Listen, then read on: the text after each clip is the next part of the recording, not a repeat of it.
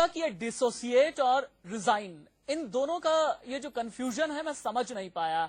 कहते हैं ना कभी कभी कुछ चीजें विद इन द लाइंस ढूंढनी चाहिए। विद इन द लाइंस क्या कुछ समझ में आ रहा है आपको?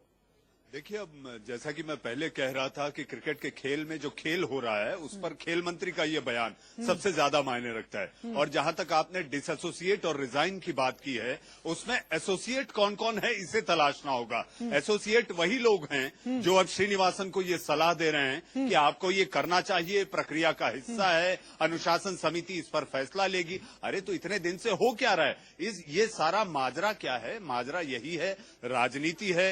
बीजेपी के अरुण जेटली को आने वाले समय में बीसीसीआई का अध्यक्ष बनना है। श्रीनिवासन अगर हटाए जाते हैं 10-15 वोटों का मसला है। तो ये सारी बातों के मद्देनजर श्रीनिवासन को पुचकार के रखने की ये एक कवायद है, जिसमें कांग्रेस के नेता, कांग्रेस के मंत्री, यूपीए सरकार में मंत्री राजीव शुक्ला और बीजेपी के अरुण जेटली दोनों साथ साथ है। इसे ही एसोसिएशन कहते हैं। जी। अभिषेक के पास चलेंगे। क्रिकेट को लेकर के मुंबई में अभिषेक 2 कैंप्स बताए जाते हैं। एक तो शरद पवार वाला कैंप है, दूसरा जगमोहन डालमिया वाला कैंप है।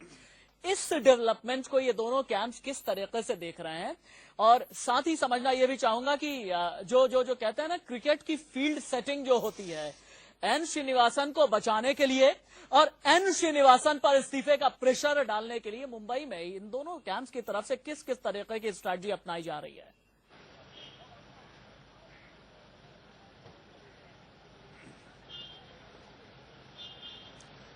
अभिषेक, आप सुन पा रहे हैं मुझे?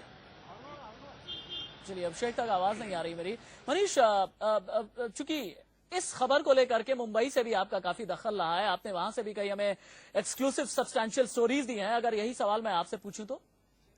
देखिए राशिद, इसमें जो पूरा पेज है, बात ये आई थी जब डीपी त्रिपाठी ने दिल्ली में रहकर ये कह दिया था कि श्रीनिवासन को इस्तीफा दे देना चाहिए, लेकिन नवाब मलिक ने नकार दिया था। उसी रात नवाब मलिक यू टर्न लेते हैं, क्योंकि उसी दिन मराठा क्षत्रप और एनसीपी के नेता, बीसीसीआई के पूर्व अध्यक्ष और आईसीसी के पूर्व अध्यक्ष रह चुके शरद पवार यू टर्न कर नवाब मलिक को बुलाकर ये कहते हैं कि इस बात का खंडन करो। तो शरद पवार की राजनीति को समझना होगा। शरद पवार ये समझ गए हैं कि अगर इस तरीके से उन पर उंगलियां उठती हैं कि श्रीनिवासन के जाने के लिए अगर कोई सबसे बड़ा व्यक्ति जिम्मेदार हो सकता है वो शरद पवार हो सकता है, जिसका की जिक्र भी किया। मेरे पास वक्त, माफी के साथ आपको रोकना पड़ा मनीष, मेरे पास वक्त बेहद कम है। अभिषेक, एक आखिरी सवाल के लिए आपके पास आऊंगा। अभी फिलहाल बीसीसीआई दफ्तर के अंदर क्या चल रहा है? कितनी देर से एन श्रीनिवासन अंदर हैं और संबंधित अपडेट क्या निकल करके आई अंदर से?